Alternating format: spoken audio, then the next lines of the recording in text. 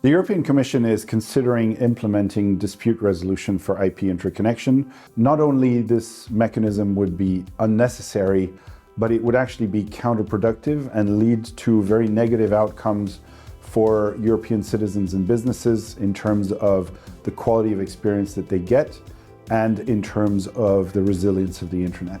I'm Benoît Felten. I'm a consultant working on telecom issues in a broad sense, from networks all the way to digital platforms.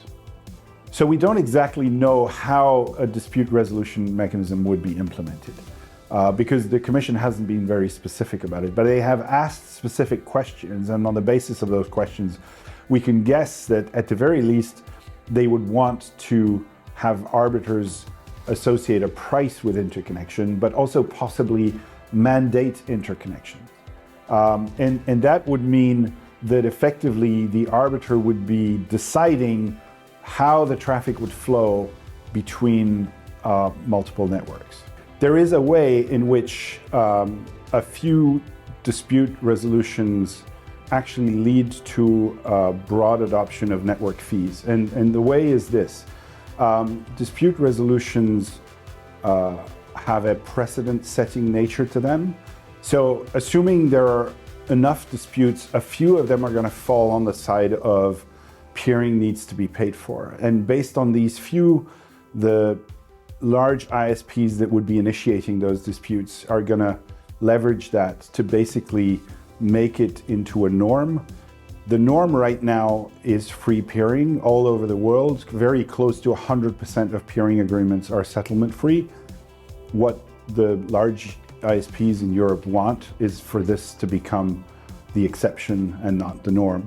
The interesting thing that we have found out is that there's a handful, maybe less than a dozen disagreements in IP interconnection over the last decade.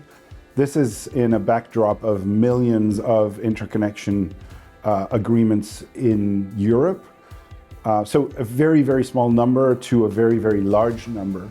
But also the interesting thing that we have found out is that these few disagreements have all been resolved on the basis of existing regulation and existing mechanisms.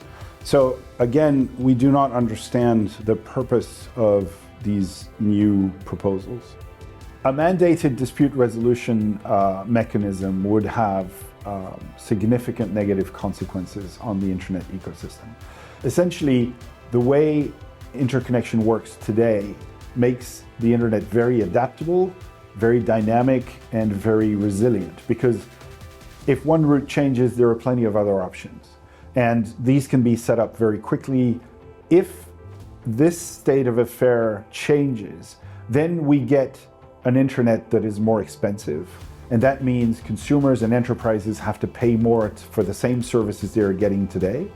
But the quality of service at the same time will go down, which means that they'll be paying more for worse services.